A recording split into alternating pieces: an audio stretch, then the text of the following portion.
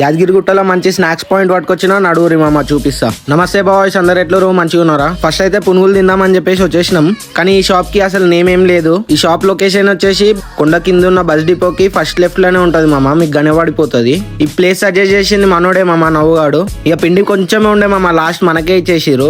చట్నీ కూడా అయిపోయిన ఉండే, కొంచెం ఉంటే అది కూడా వేసి ఇచ్చేసారు. మంచిగా వేడి వేడిగా వేసి ఇచ్చారు చల్లగా చలికి. యాదగిరిగుట్టలో మీరు కూడా తిన్నారా ఈ ప్లేస్ లో? నాకు కామెంట్ చేసేసారు ఒకవేళ మీరు చూసుంటే. నాకైతే టేస్ట్ మంచిగానే అనిపించినాయి మామ, మరీ మేడ్చల్ కంటే మంచిగా అంటే అట్లేం లేదు కానీ మంచిగానే ఉన్నాయి. పునుగులు తిన్నాం కానీ అవి సరిపోలేవు మామ. ఇక ఆడ నుండి మళ్ళీ ముంగట మిర్చి బండి అని ఉంటే మిర్చి బండికి పోయినాం. ఇక్కడ వెరైటీగా నేను ఏం చూసినా అంటే మిర్చిని సగం సగం కట్ చేస్తారు మామ. మన దగ్గర అయితే ఫుల్ మిర్చి చేస్తారు కదా, ఇక్కడ సగం సగం మిర్చి కట్ చేసి వేస్తున్నారు. కొంచెం డిఫరెంట్ అనిపించింది, ఇక అట్లా అని చెప్పేసి ట్రై చేసినాం.